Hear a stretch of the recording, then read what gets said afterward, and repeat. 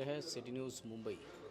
Indian medical association के मीरा भाईंदर के GCC club में आज कॉन्फ्रेंस हुई। इस कॉन्फ्रेंस में सरकार की नीतियों से लेकर के आम जनता को राहत मिले, मेडिसिन के दर जो है कम किया जाए, कुल मिलाकर के अलग अलग समस्याओं पे चर्चा हुई है। वहीं पर आईएमए यानी इंडियन मेडिकल एसोसिएशन के डॉक्टर्स ने देश में जिस तरीके से कॉरपोरेट सेक्टर का बढ़ावा हो रहा है और छोटे हॉस्पिटलों को जो तकलीफ और सरकारी परेशानियों का सामना करना पड़ रहा है, उस पर भी चर्चा की है। आपको बता दें कि प्राइवेट कॉरपोरेट सेक्टर के हॉस्पिटल लगभग 80% कमाई करते हैं पेशेंट के माध्यम से। वहीं पर जो मेडिकल प्रैक्टिशनर डॉक्टर है, वो आम जनता के दुख दर्द को दिन रात 24 घंटे हल करते हैं। उन्हें काफ़ी दिक्कतों का सामना करना पड़ता है, अलग अलग लाइसेंस लेना पड़ते हैं। वन विंडो स्कीम उन्हें चाहिए ताकि वो अपने लाइसेंस रिन्यू कर सके। देश भर से आए आईएमए के डॉक्टर्स का क्या है कहना, आइए जानते हैं उनकी जुबान। आईएमए महाराष्ट्र क्या कर रही है समाज के लिए। So IMA Maharashtra is a big organization. It's an NGO consisting of 48,500 member सदस्य उधर काम कर रहे हैं. हमारे 250 ब्रांचेस है, शाखा है, और वो शाखा से माध्यम से क्या काम चल रहा है, adoption of the villages. This project is Aavo Gav Chale, and our branches, our members are highlighting on Aavo Gav Chale. So we are expecting 250 Aavo Gav Chale projects in this year, and at national level it will be something 2,000 Aavo Gav Chale projects all over IMA at national level. वहाँ जाके हम 2000 eight national level, वहाँ जाके हमारे सदस्य anaemia का camp लेते, female foeticide में है, फीमेल कैंसर में काम है, और नॉन कम्युनिकेबल डिसीज जैसा रक्तदाब है, मधुमेह है, और कार्डियक इलनेस है. उसके साथ वैक्सीनेशन का काम ज़बरदस्त चल रहा है. और वैद्यकीय फील्ड के अलावा जो गांव है उधर स्कूल में बच्चों को हेल्थ अवेयरनेस, लाइब्रेरी डेवलप करना, बुक्स देना, उनको फेलोशिप देने का, मेडिकल स्टूडेंट जो डिज़र्विंग कैंडिडेट है, पुअर है, उनको भी बुक्स का सेट उनको प्रदान करने का. और छोटे छोटे जो विलेजेस है जिसको हम तांडा कहते, पाड़ा कहते, वाड़ी कहते, वस्ती कहते, और बिग सिटी होगा तो उधर स्लम एरिया, ये स्लम एरिया में जाके हम लोग काम करते हैं. दूसरा जो हम प्रोजेक्ट हाथ में लिया है वो CPR training for rickshaw drivers. Rickshaw person जो है ये की पर्सन है between the hospital and the patients, और वो हमेशा वो ऑटो में वो पेशेंट लेके जाते, उनको CPR ट्रेनिंग मिलना बहुत ज़रूरी है. हर एक ब्रांच 100 लोगों को, 100 रिक्शा ड्राइवर को ट्रेन कर रही है. मतलब आज इतना बड़ा काम, 24,000 रिक्शा ड्राइवर को ये CPR ट्रेनिंग मिल जाएगा, और जो पेशेंट्स है, मरीज है, उनको मदद मिल जाएगी. Third is untrained nurses. हमने क्या किया, बहुत हॉस्पिटल में जो पारंपरिक सर्विस देने वाले लोग हैं जिनके पास प्रमाण पत्र नहीं है, सर्टिफिकेट नहीं है, लेकिन काम अच्छा है, उनको हमने अभी हफ्ते में एक बार 1 hour scientific training on nursing skills ये शुरू किया है. मतलब 1 लाख पैरामेडिकल और unskilled nurses, paramedical health workers, उनको ये अच्छे तरह से साइंटिफिकली बेस्ड ट्रेनिंग मिल जाएगा.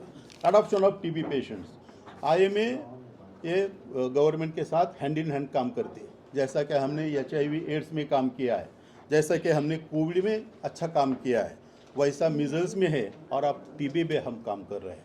दवा तो सरकार दे रही है, लेकिन जो न्यूट्रिशनल सपोर्ट पेशेंट को मिलना चाहिए वो 500 रुपया एक पेशेंट को महीने में लगता है, और 6 महीने में 3,000 रुपये लगता है. वो हमारे IMA लोग करते हैं. हर एक ब्रांच ने 5-5 TB मरीज वो अडॉप्ट कर लिए ये ठीक करने के लिए. अगले वाला जो काम है, कोई लोग इच्छा से आनंद बन जाता था, हेमल कसा जाता था, और फिर सर्च में जाता था, वडोदरा में जाता था, काम करता था, सर्विस उधर देता था. लेकिन हमने आज IMA महाराष्ट्र के तरफ से ऐसा टीम बनाया जो सर्विस देगा आनंदवन में जाके. मिनिमम 100 रुपीज़ चैरिटी हर एक डॉक्टर का कंसिडर किया तो there are 4.5 lakhs members at national level. और वो रोज का multiplied by 365 days, the charity goes to the 12,000 crore.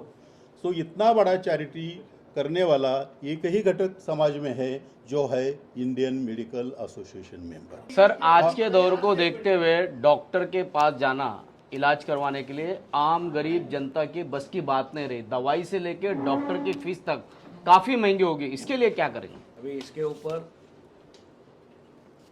आप भी डॉक्टर के पास जाते हैं, सालों से जाते हैं। If you compare doctors fees, दो, एक तो डॉक्टर्स फीस और एक तो treatment fees, they are two different things. ठीक है, अभी डॉक्टर्स फीस को आप देखोगे तो जितना बाकी का सब समाज में बढ़ा है उतना ही तो नहीं बढ़ गए हैं। क्या बढ़ गई है कि पेशेंट जब भी एडमिट होता है, hospitalization fees, drugs fees, medicine के फीस, वो सब बढ़ते हैं। अभी उसके ऊपर तो डॉक्टर का कंट्रोल नहीं रहता है। एंड ये जब भी कंपेयर किया जाता है, जो IMA है, IMA is a representative of doctor owned hospitals also. Single doctor owned जो हॉस्पिटल्स वो आपको गली गली और बिल्डिंग में मिलते हैं, उनके हैं। अभी आप वहाँ देखोगे तो डेफिनेटली फ़ीस ज़्यादा नहीं है। आप जो बोल रहे हैं वो कॉरपोरेट हॉस्पिटल्स में जब भी जाते हैं तभी वो लाखों में बिल जाता है। सिंगल डॉक्टर ओन्ड हॉस्पिटल्स में कभी भी लाख, 1.5 लाख, 2 लाख ऐसे बिल कभी होता नहीं है। अभी कॉरपोरेट जो है, अभी आप देखोगे कि who runs the corporate hospitals, ultimately it is the management people who are running, it is not the doctor who is running corporate hospitals. और जब ये मैनेजमेंट पीपल आर रनिंग, उनका बॉटम लाइन रहता है प्रॉफिट कितना बनाना। We agree what you are saying, but that is not for individual doctor. आज भी आपके फैमिली डॉक्टर जो है, आप वहाँ जाइए, बैठिए दिन भर, जैसे डॉक्टर कुटे ने कहा कि मिनिमम 2-4 पेशेंट्स को फ्री ऑफ कॉस्ट, जो जुने पेशेंट है उनको गरीब होंगे तो फ्री ऑफ कॉस्ट आज हमारे डॉक्टर दे रहे हैं। So don't compare hospitals owned by doctor और small hospitals which is basically IMA के मेंबर्स के हैं with corporate hospitals, because corporate hospitals doctors have absolutely no control on what the fees. Example आपको मैं देता हूँ, बिकॉज मेरी भी खुद की हॉस्पिटल है और मैं कॉरपोरेट हॉस्पिटल में भी जाता हूँ। I am a surgeon. अभी आप देखोगे कि कॉरपोरेट हॉस्पिटल में जब भी मैं सर्जरी करता हूँ, उसका हमने स्टैटिस्टिक्स का 80% इज़ द हॉस्पिटल बिल। अभी उसके ऊपर डॉक्टर्स को कंट्रोल कुछ भी नहीं है उसके ऊपर। सो थोड़ा आप जब भी कंपेयर करते हो तभी सिंगल डॉक्टर्स और कॉरपोरेट हॉस्पिटल्स में मेक द डिफरेंशिएशन और कंपेयर करो, आपको समझेगा कि doctors are not charging more, it is the corporate hospitals who are charging. यानी मेरे पढ़ाई पे या हमारे सब की पढ़ाई पे हमने कुछ खर्चा ही नहीं किया, तो हमारा एक मॉरल ऑब्लिगेशन भी था, एक नैतिक जिम्मेवारी थी कि हम समाज के प्रति कुछ करें। लेकिन जो बच्चा आज 5 करोड़ लेके डॉक्टर होगा, उससे आप अपेक्षा कैसे करते हो? सीधा सवाल है। दूसरी बात, अमीर लोग कहाँ हैं? अमीर लोग धुलिया में है, अमीर लोग धड़गांव में है, अमीर लोग डहानू में नहीं। अमीर लोग बॉम्बे, पूना, नासिक, औरंगाबाद, नागपुर में है। उन्हीं के बच्चे प्राइवेट कॉलेज में पढ़ेंगे, वो लोग धुलिया नहीं आएंगे, वो वापस बम्बई आएंगे। तो ये जो गवर्नमेंट की पॉलिसी जो एजुकेशन, मेडिकल एजुकेशन पे है कि इसका निजीकरण हो रहा है बहुत बड़े पैमाने पे, ये भी इसके लिए जिम्मेदार है। साथ ही साथ जो डॉक्टर शिव ने कहा, उससे आगे मैं थोड़ा सा उसमें जोड़ना चाह रहा हूँ कि एक डॉक्टर जब हमारा प्रैक्टिस चालू करता है, मेरा भी नर्सिंग होम है, मैं अपेंडिक्स के 15,000 रुपये लेता हूँ, लेकिन वही मेरे शहर में अगर वोकार्ड हॉस्पिटल है वो 2 लाख रुपए लेता है, ये आप भी जानते हैं। लेकिन 90% बीमारियों के लिए ये छोटे से friendly neighbourhood doctor owned hospital ही काम में आते हैं। हर एक को तो वोकार्ड नहीं चाहिए, हर एक को बॉम्बे हॉस्पिटल नहीं चाहिए, हर एक को एशियन हार्ट नहीं चाहिए। 10% लोगों के लिए वो ज़रूरी है। जो हमारी कॉन्फ्रेंस जो है, ये CME जिसको हम लोग बोलते हैं शॉर्ट में, ये होती ही रहती है, पहले भी होती थी, लेकिन आज आने के बाद में काफ़ी हद तक जो बदलाव आ गया है, जो ट्रीटमेंट में बदलाव आ गया है, ऑपरेशन में बदलाव आ गया है, जो नई जो दूरबीन के बारे में आजकल रोबोटिक सर्जरी भी आ गया है, तो ये दिखाने के लिए यहाँ जैसी कॉन्फ्रेंस होती है। और यहाँ जो डॉक्टर्स आते हैं, यहाँ पे लोकल भी आ सकते हैं और बाहर से भी जो निष्णात है वो आते रहते हैं। उसी के साथ में काफ़ी हद तक ये जो हमारे जो कॉन्फ्रेंसेस रहते हैं वो हम लोग अभी हाइब्रिड कॉन्फ्रेंस भी करते हैं। जैसे आपने एक प्रश्न पूछा था कि रूरल डॉक्टर्स को भी हम लोग कुछ ट्रेनिंग दे सकते हैं कि नहीं, तो हाँ डेफिनेटली। जैसे हमारे नेक्स्ट संडे को हमारे महाराष्ट्र के प्रेसिडेंट जो इनॉग्रेट करने जा रहे हैं वो IMA मुंबई वेस्ट में कॉन्फ्रेंस रहेगा।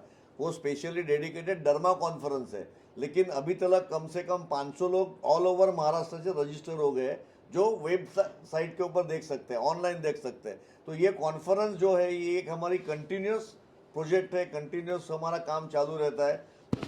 10 बेड का दवाखाना है कि मैं आपको बताना चाहता हूँ कि आज के डेट में बियर बार डालना आसान है, लेकिन दवाखाना खोलना मुश्किल है। आज बाजू में एक किराना का दुकान है या कोई होटल है, वहाँ का जो कचरा है ना, कचरा उठाने के लिए किसको देता हो? जो टैक्स बता, टैक्स में लिख के आता है सफाई कर, उतना दिया होगा मोकला हो। हमारे दवाखाने के लिए कचरा उठाने के लिए हमको पैसा भरना, 4 जगह पैसा भरना पड़ता है। हमारे टैक्स भरो, बाद में हमारा भी जो है ना बाढ़ मेडिकल वेस्ट उसके अलग पैसे भरो, हमारा जो होता है म्यूनसिपल कॉलेज उसके अलग पैसे भरो, उसके अलावा महाराष्ट्र पुलिस कंट्रोल को पैसे भरना पड़ता है। अरे कचरा वही है, लेकिन मुझे 4 जगह पैसे भरना पड़ता है। रेस्टोरेंट वाला, बार वाले की जगह पैसे भरता है। और इनका सब कहने का कि उनका दवाखाना बंद होना चाहिए। बिल्कुल फायदेगा आप लोग जो था गवर्नमेंट उनका कॉर्पोरेट।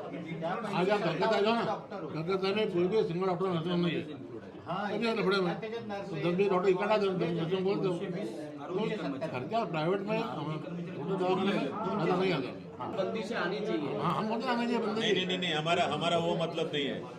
जो डॉक्टर लोगों की बदनामी होती है, ज़्यादा पैसे लेते हैं, वो कॉर्पोरेट हॉस्पिटल की वजह से होते हैं। उनको पैसा, ये हम नहीं बोलते कि वो ये है, उनको भी खर्चा उतना आता है, उनका सेटअप बहुत बड़ा रहता है, उनका स्टाफ बहुत बड़ा रहता है, उनका ओवरहेड्स बहुत बड़े रहते हैं, लेकिन उसको जनरलाइज किया जाता है।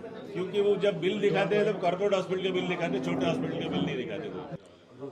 जिस तरीके से इंडियन मेडिकल एसोसिएशन आम जनता से लेकर उनकी दिक्कत और समस्याओं के समाधान के लिए कॉन्फ्रेंस ली है, सरकार से अलग अलग मांगे की है, इन मांगों पे सरकार कितनी गंभीरता से विचार करके उन्हें समर्थन देती है, ये तो आने वाला वक्त ही बताएगा।